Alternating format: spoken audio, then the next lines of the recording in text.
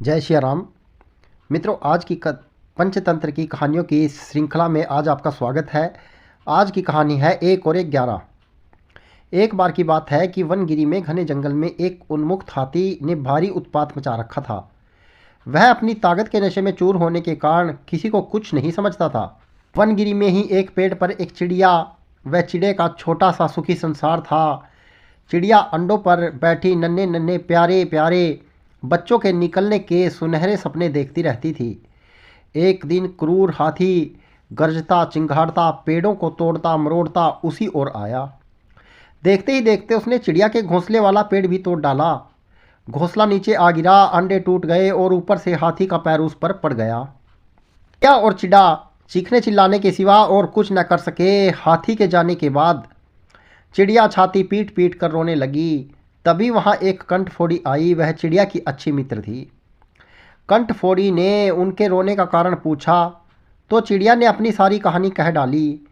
कंठफोड़ी बोली, इस प्रकार के गम में डूबे रहने से कुछ नहीं होगा।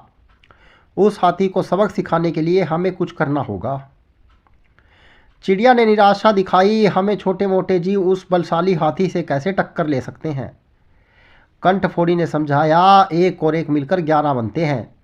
हम अपनी शक्तियां जोड़ेंगे। कैसे? चिड़िया ने पूछा। मेरा एक मित्र वी आँख नामक भंवरा है, हमें उससे सलाह लेनी चाहिए।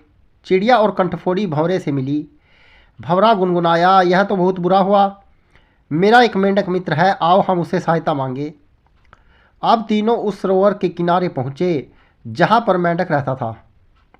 भंवरे ने सारी समस्या बताई। मेंढक भर्राए स्वर में बोला, आप लोग धैर्य से जरा यहीं मेरी प्रतीक्षा करें, मैं गहरे पानी में बैठकर सोचता हूँ। ऐसा कहकर मेंढक जल में कूद गया। आधे घंटे बाद वह पानी से बाहर आया तो उसकी आंखें चमक रही थी। दोस्तों, उस हत्यारा हाथी को नष्ट करने की मेरे दिमाग में एक बड़ी अच्छी योजना आई है। सभी का उसमें योगदान होगा। मेंढक ने जैसे ही अपनी योजना बताई, सब खुशी के मारे उछल पड़े। योजना सचमुच ही अद्भुत थी। मेंढक ने दोबारा बारी बारी सबको अपना अपना रोल समझाया। कुछ ही दूर वह उन्मुक्त हाथी तोड़ फोड़ मचाकर वह पेट भरकर कोपलों वाली शाखाएं खाकर मस्ती में खड़ा झूम रहा था। पहला काम भंवरे का था। वह हाथी के कानों के पास जाकर मधुर राग गुंजाने लगा। राग हाथी मस्त होकर आंखें बंद करके झूमने लगा। तभी कंठफोड़ी ने अपना काम कर दिया। वह आई और अपनी सुई जैसी नुकीली चोंच से उस तेजी से हाथी के दोनों आंखें बीध डाली। हाथी की दोनों आंखें फूट गई। वह तड़पता हुआ अंधा होकर इधर उधर भागने लगा। जैसे जैसे समय बीतता जा रहा था, हाथी का क्रोध बढ़ता जा रहा था। आंखों से नजर न आने के कारण ठोकरे और टक्करों से शरीर जख्मी होता जा रहा था। जख्म उसे और चिल्लाने पर मजबूर करते रहे थे।